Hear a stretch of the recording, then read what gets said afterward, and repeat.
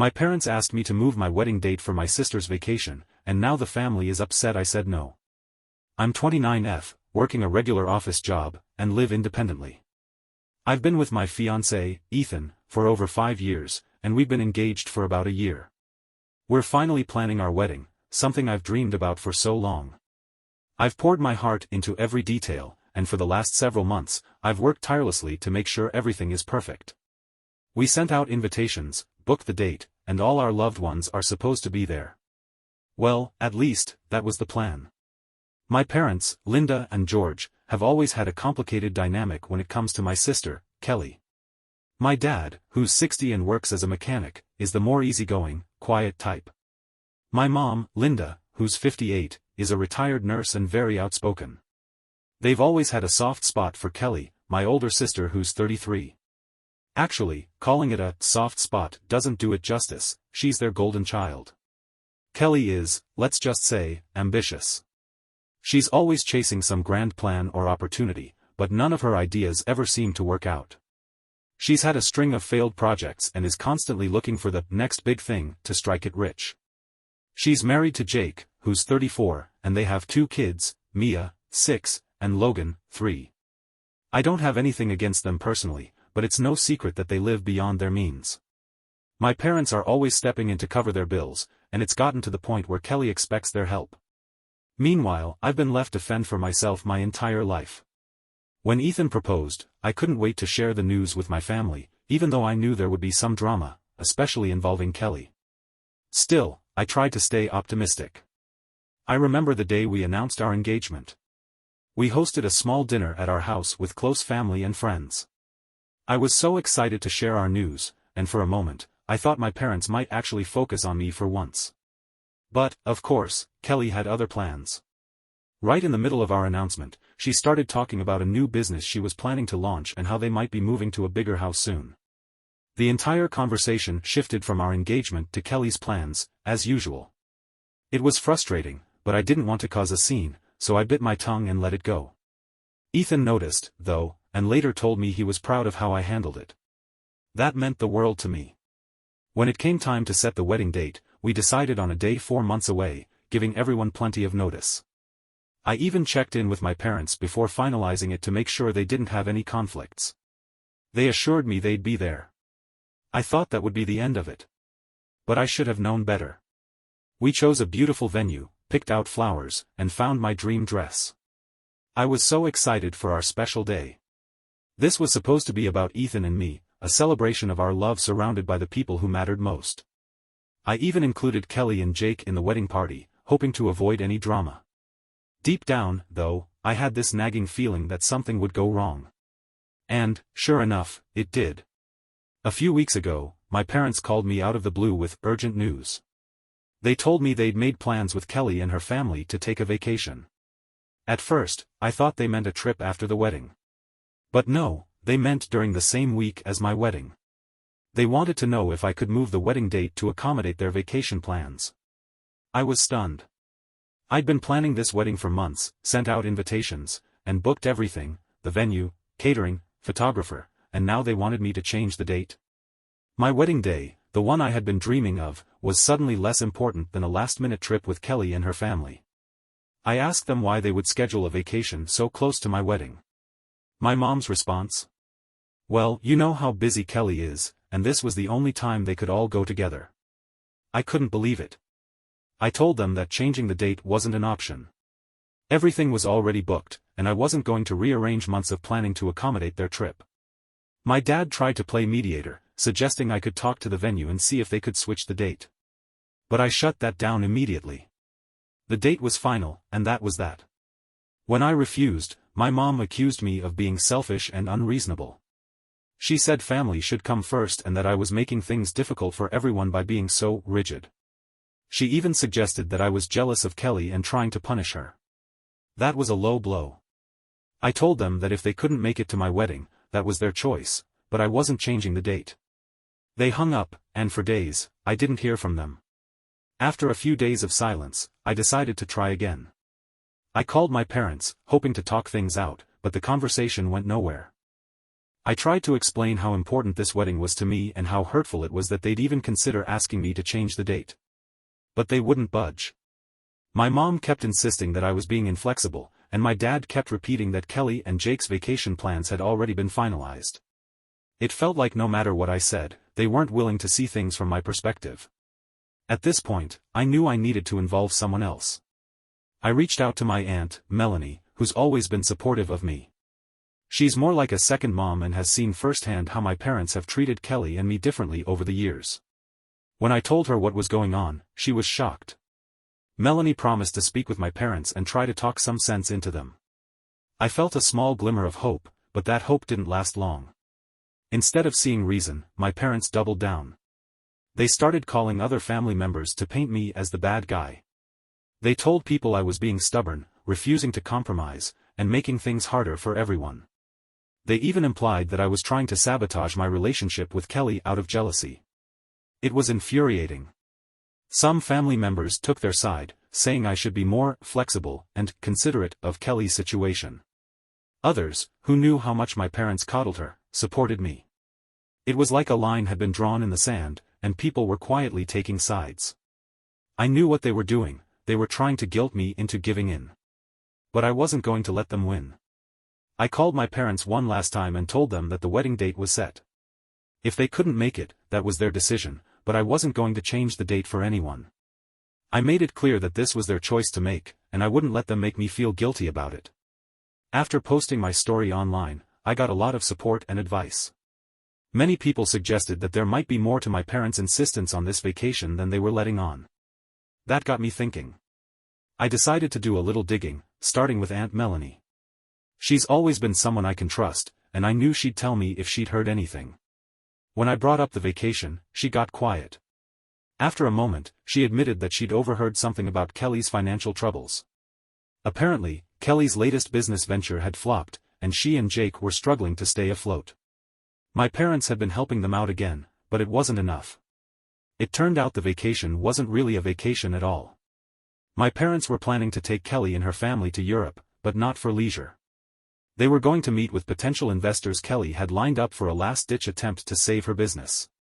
This trip wasn't about relaxing or spending time together, it was a desperate attempt to fix Kelly's financial situation. I was furious. Once again, my parents were prioritizing Kelly's needs over mine. They were willing to miss my wedding to help her clean up another one of her messes. I confronted Kelly about it. I called her and asked if we could meet in person. I didn't tell her what it was about because I didn't want to give her time to come up with an excuse. When we met up, I got straight to the point. I told her I knew about the trip, the investors, and her financial problems. At first, she tried to downplay it, saying it was just a business opportunity that happened to overlap with my wedding. But I wasn't buying it. I told her I knew the truth, that this trip was a last-ditch effort to save her business and that our parents were helping her. Kelly got defensive. She accused me of snooping into her life and said I didn't understand the pressure she was under. She claimed she was just trying to do what was best for her family. Then she tried to guilt-trip me. She said I should want to help her, as her sister, even if it meant moving my wedding date. She called me selfish and accused me of being jealous of her. That was the breaking point. I told Kelly that her problems weren't my responsibility and that I wasn't going to rearrange my life to accommodate her poor decisions. I told her that the wedding date was final and that if she couldn't make it, that was on her. Then I walked out. After that, I decided to reach out to Jake. I wasn't sure how much he knew about everything, and I wanted to hear his perspective. When we met, he seemed uncomfortable, like he already knew what I was going to say. Jake admitted that he knew about the trip and Kelly's financial struggles. He also admitted that he didn't fully agree with missing the wedding but felt like he didn't have a say in the matter. He seemed genuinely sorry for how things were playing out but said he felt stuck between supporting Kelly and doing what was right. I could tell Jake was frustrated with Kelly's behavior, but he wasn't willing to stand up to her. I left the meeting feeling a little more sympathetic toward him, but it didn't change anything. Kelly wasn't going to back down, and I wasn't going to either. I knew the situation wasn't going to resolve itself unless we addressed it head-on, so I decided to call a family meeting. I told my parents, Kelly, and Jake that we all needed to sit down and talk, no excuses, no postponing. We agreed to meet at my parents' house. Ethan came with me for support, which I was incredibly grateful for. When we arrived, my parents were already there, looking nervous. Kelly and Jake came shortly after. Kelly was visibly annoyed, and Jake, as usual, looked like he didn't want to be there. We all sat down in the living room, and I didn't waste any time. I started by telling everyone that I knew the truth about the trip, the investors, Kelly's financial troubles, and the real reason behind their so-called vacation. My parents looked shocked, and Kelly immediately went on the defensive, claiming it wasn't a big deal. But I wasn't about to let her brush it off. I laid it all out on the table, the years of favoritism, the endless bailouts, and how this was yet another example of them prioritizing Kelly over me. I told them how much this wedding meant to me, how long I'd been planning it, and how hurtful it was that they were willing to miss it for yet another one of Kelly's schemes. Then I pulled out the proof. I'd gathered copies of messages between my parents and Kelly, detailing the trip and their plans to meet with investors. I even had a copy of the itinerary, showing that the trip was scheduled during my wedding week. My parents looked mortified. Kelly looked furious. Jake just kept his head down. Kelly tried to spin it, saying I was overreacting and that the trip wasn't a big deal. She even accused me of trying to ruin her chances of saving her business. But I wasn't having it. I told her that her problems weren't my responsibility and that I wasn't going to let her guilt-trip me into changing my wedding date. At that point, Jake finally spoke up.